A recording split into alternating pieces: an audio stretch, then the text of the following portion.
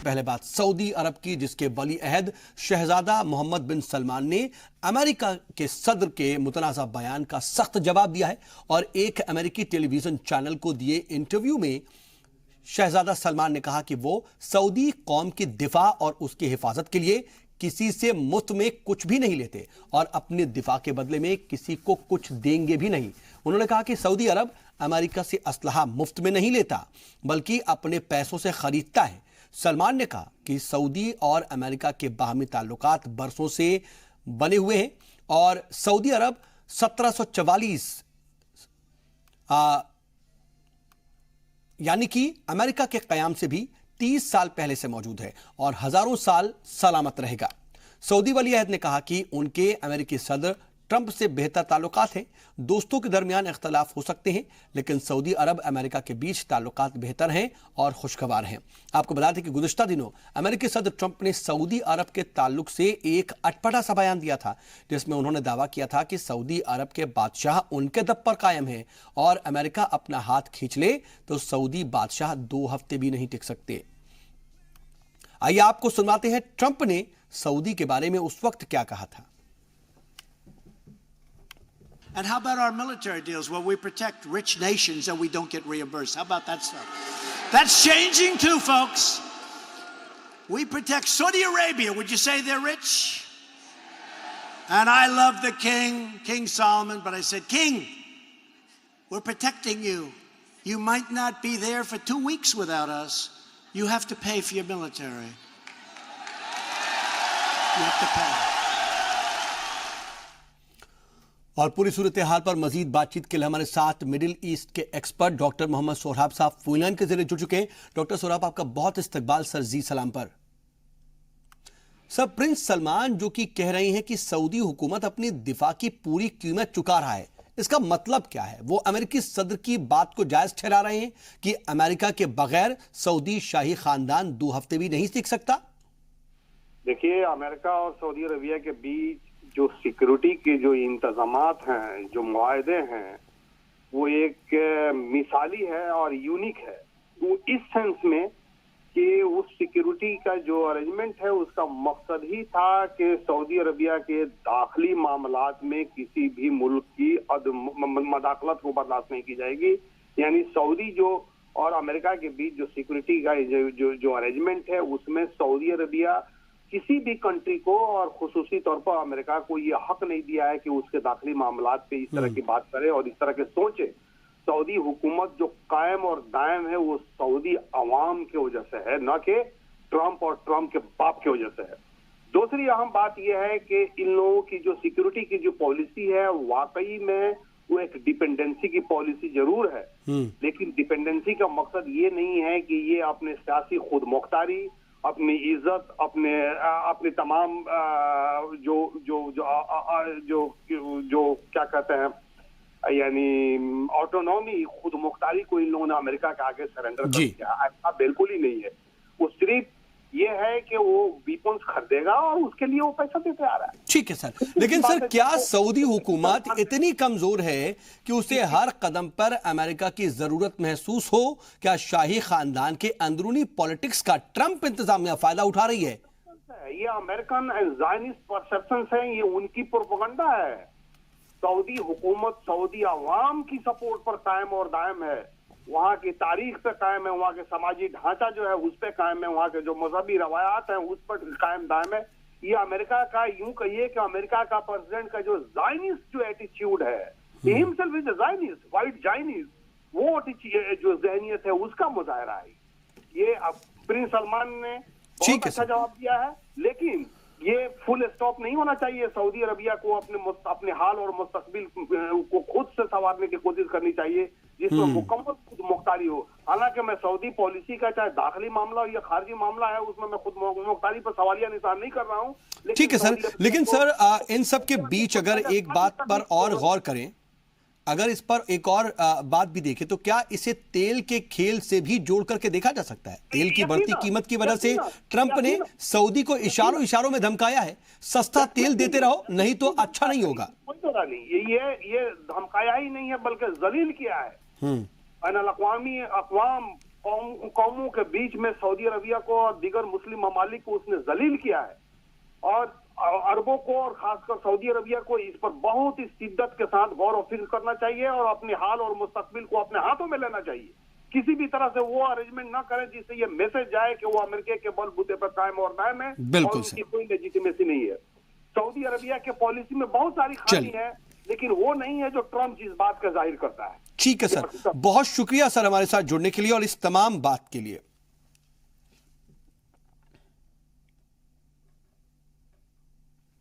बढ़ते आगे, इस्राएली हुकूमत का फिलिस्तीनियों के खिलाफ जुल्म और तशद्दुद जारी है। गाजा पट्टी में काबिज इस्राएली फौज की फायरिंग में एक बच्चे समेत 3 फिलिस्तीनी शहीद हो गए, जबकि 142 अफराद जख्मी हुए हैं।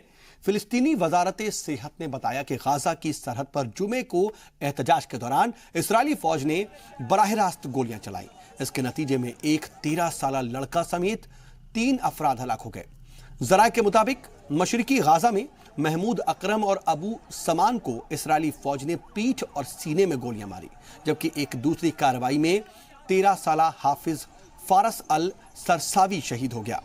वहीं इस्राएली फौज का यह कहना है कि गाजा सरहद पर मुजाहिरीन ने फौजियों पर बम और धमाकाखेज अशिया फेंकी।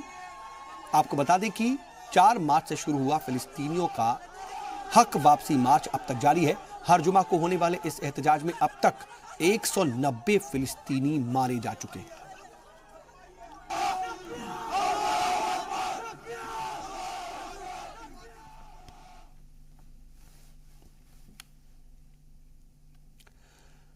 इधर गुज़िश्ता 5-6 दिनों से लापता इंटरपोल के चीफ मेंग होंगवेई का पता चल गया है।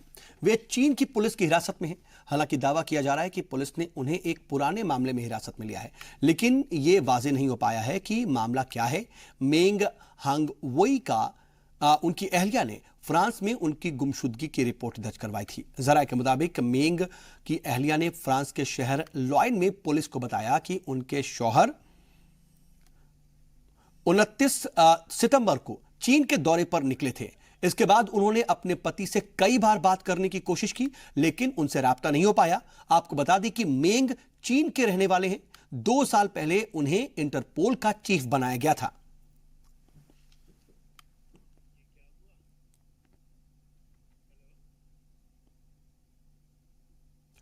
इधर लापता सऊदी सहाफी जमाल खशोगी की रिहाई के लिए तुर्की के शहर इस्तांबुल में सऊदी काउंसिल खाना के बाहर सहाफियों और जो समाजी कारकुनान हैं उन्होंने एहतजाज किया और उनको फौरन रिहा करने का मुतालबा किया गया।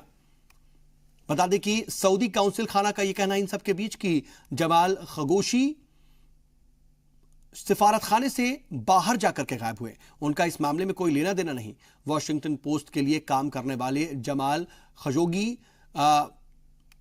अपनी शादी से मुतालिक एक ऑफिशियल दस्तावेज लेने के लिए मंगल को सऊदी मिशन गए थे, तब से वो लापता हैं। आपको बता दें कि जमाल खशोगी सऊदी हुकूमत खास करके शहजादा सलमान के सख्त तनकीदगार माने जाते हैं। आशियाना स्कैंडल में गिरफ्तार पाकिस्तानी मुस्लिम लीग नून के सदर और पंजाब के साबिक वजीर आला शहबाज शरीफ को 10 दिन की रिमांड पर कौमी एहतसाब ब्यूरो के हवाले कर दिया गया है। बता दें आपको कि आज शहबाज शरीफ को एहतसाबी अदालत में पेश किया गया और यहां पर कौमी एहतसाब ब्यूरो ने 15 दिनों की रिमांड का मुतालबा किया। समाअत के दौरान जहां दोनों जानिब के वकला ने दलाइल दिए, इसके बाद जज नजमुल हसन ने शहबाज शरीफ को 10 रोज नेब के हवाले किए जाने के अहकाम जारी कर दिए। शहबाज शरीफ को 16 अक्टूबर को दोबारा नेब अदालत में पेश किया जाएगा। वहीं समाअत के दौरान शहबाज शरीफ ने कहा कि उनके खिलाफ लगाए गए तमाम इल्जाम झूठे और बेबुनियाद हैं।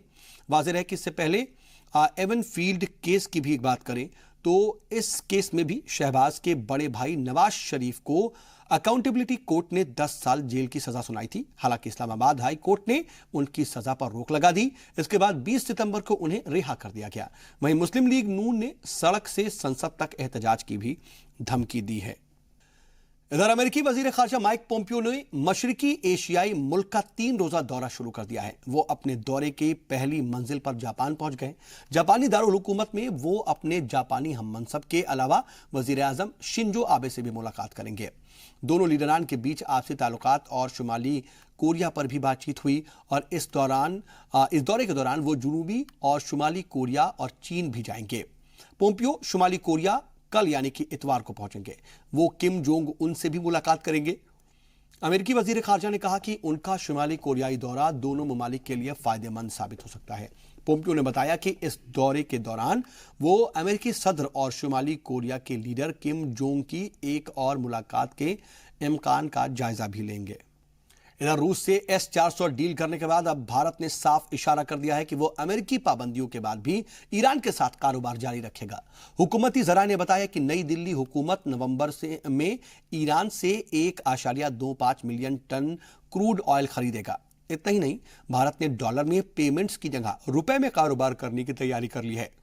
जरा के मुताबिक इंडियन ऑयल कॉरपोरेशन और Mangalore refinery and petrochemicals limited ने नवंबर में ईरानी तेल के दरआमद के लिए 1.25 मिलियन टन का करार किया है। आपको बता दें कि नवंबर में ही ईरान पाबंदी लागू होने वाली है। इसके बाद ईरान के साथ कारोबार करना मुश्किल होगा। दूसरी जानिब यह खबर भी आ रही है कि ट्रंप इंतजामिया ईरान से तेल की दरामद करने वाले कुछ ममालिक को एक तरीके से राहत भी देने की कोशिश कर रहा है। इधर अमेरिकी सीनेट ने डिफरेंसेस के बाद भी सुप्रीम कोर्ट के जज के तौर पर नॉमिनेट ब्रेट कैवेनॉग के नाम पर मोहर लगा दी है। 100 रुकनी सीनेट ने आखिरी मरहले की वोटिंग के लिए 51-49 के मतों से मंजूरी दे दी। सदर डोनाल्ड ट्रंप की तरफ से भी कैवेनॉग की हिमायत में कई बातें कही गई थी और उनकी हिमायत की वजह से बटे हुए सीनेट ने कैवेनॉग के नाम को अपनी मंजूरी दे दी। कैवेनॉग पर जिनसी इस्तेसाल के संगीन इल्जामात लगे हुए हैं। FBI की तरफ से उनके खिलाफ जांच भी चल रही है, लेकिन कुछ खास चीजें निकल करके सामने नहीं आई। अमेरिकी कांग्रेस ने रिपब्लिकन पार्टी की सुशान कोलिंस जो मैने से सीनेटर हैं, एरिजोना से सीनेटर जेफ फ्लेक और डेमोक्रेटिक पार्टी के वेस्ट वर्जीनिया से जो मैंशन थर्ड से साफ कर दिया है कि वो कैवेनॉग के लिए वोट करेंगे। 53 साल के कैवेनॉग रिटायर्ड जस्टिस एंटोनी कैनेडी की जगह लेंगे और कैवेनॉग के नाम पर मुहर लगने का सीधा असर अगले माह होने वाले वस्त मुद्दती इंतखाबात पर भी पड़ सकते हैं। इधर शिकागो के एक पुलिस अफसर वैन डाइक को एक स्याह फार्म लड़के लैंगवेन मैकडोनाल्ड की 4 साल पहले गोली मार करके कत्ल करने के मामले में कसूरवार पाया गया है। कोर्ट ने उसे 2nd डिग्री मर्डर यानी कि बिना किसी उकसावे के कत्ल का कसूरवार पाया। वैन डाइक को 20 साल जेल की सजा हो सकती है। गुज़िश्ता दिनों इस मामले को लेकर के लोगों ने एहतजाज भी किया। फैसला आते ही अदालत के बाहर मौजूद मुजाहिरीन खुशियां मनाने लगे और लैक्विन के लिए इंसाफ का नारा लगाने लगे।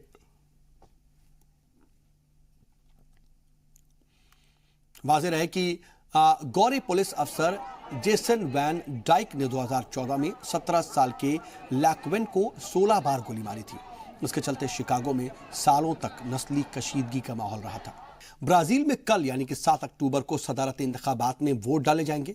सदारती इलेक्शन में कुल 13 उम्मीदवार इंतखाबी मैदान में हैं और अहम मुकाबला लेकिन लेफ्ट और राइट के बीच है। सदारती इंतखाबात का यह पहला मरहला है। कामयाब उम्मीदवार के लिए 50% या इससे ज्यादा वोट हासिल करना लाजमी है। दूसरी सूरत में सबसे ज्यादा वोट हासिल करने वाले 2 उम्मीदवारों के दरमियान दूसरे मरहले के इलेक्शन 28 अक्टूबर को होंगे। राय आम्मा के जायजे के मुताबिक बाएं बाजू की उम्मीदवार फर्नांडो हदाद और दाएं बाजू के यायर बोसोरानो के बीच कांटेदार मुकाबला मुतवक्को है। इन्हीं जायजों के मुताबिक दूसरे मरहले में आए दाएं बाजू के उम्मीदवार शिकस्त से 2-4 हो सकते हैं। इंतहाई दाएं बाजू के उम्मीदवार बोसोरानो को एक अहम उम्मीदवार करार दिया गया है और वो पहला मरहला जीतने की पोजीशन में नजर आ रहे हैं। उधर अफ्रीकी मुल्क कैमरून में सदारती इंतखाबात में कल वोट डाले जाएंगे। इसके लिए इलेक्शन कमीशन ने तैयारियां पूरी कर ली हैं। वाज़ेह है कि कैमरून में 2 अपोजिशन पार्टियों ने सदर पॉल बिया के 6 बार के इक़्तिदार को खत्म करने की कोशिश में इत्तेहाद कर लिया है। इससे कैमरून में सदर पॉल बिया और अपोजिशन के दरमियान कांटे की टक्कर हो गई है। पीपल्स डेवलपमेंट फ्रंट के लीडर अकेरे मुना अपनी उम्मीदवारी को छोड़ दे और Movement for the Rebirth of Cameroon के लीडर मॉरिशस कामतो की हिमायत करने के लिए राजी हो गए हैं। मुना के तर्जुमान ने एक बयान में यह जानकारी दी है। हालांकि इस इत्तेहाद में अहम opposition party social democratic front के उम्मीदवार जोशुआ ओसी ही शामिल नहीं हुए हैं। कैमरून में सदर पॉल बिया 30 साल से इक़्तिदार पर काबिज हैं, लेकिन मुल्क में अब भी सड़क, बिजली, साफ पानी और रोजगार बड़े इश्यूज बने हुए हैं। इंडोनेशिया में जलजले और सुनामी से मरने वालों की तादाद लगातार बढ़ती जा रही है। सर्च टीम ने आज भी कई लाशें खोज निकाली और अब तक एक हफ्ते में इस कुदरती आफत से मरने वालों की तादाद 1649 पहुंच चुकी है। इंडोनेशिया के सुलावेसी जजीरे में आए शदीद जलजले और सुनामी के बाद वहां अभी भी 1000 से ज्यादा लोगों के लापता होने की बात कही जा रही है। इंडोनेशिया की खोज और बचाव एजेंसी के तर्जुमान यूसुफ लतीफ ने बताया कि पालू शहर में हजारों घरों के ढह जाने की बात सामने आई है। इनमें शायद अभी भी 1000 से ज्यादा लोगों के दबे होने का खदशा है। हुक्काम ने 8 दिन के बाद मलबे के नीचे दबे अफराद के जिंदा बचने के इम्कानात को भी इंतहाई कम बताया है, लेकिन तलाश का अमल जारी है। मुतासरा इलाकों में मलबे के नीचे दबी सड़ी गली लाशों की वजह से मुख्तलिफ वबाएं फैलने का भी खतरा पैदा हो गया है। अक़वाम मुत्तहिदा का कहना है कि मुतासरा इलाकों में लगभग 2 लाख लोगों को इमदाद की जरूरत है।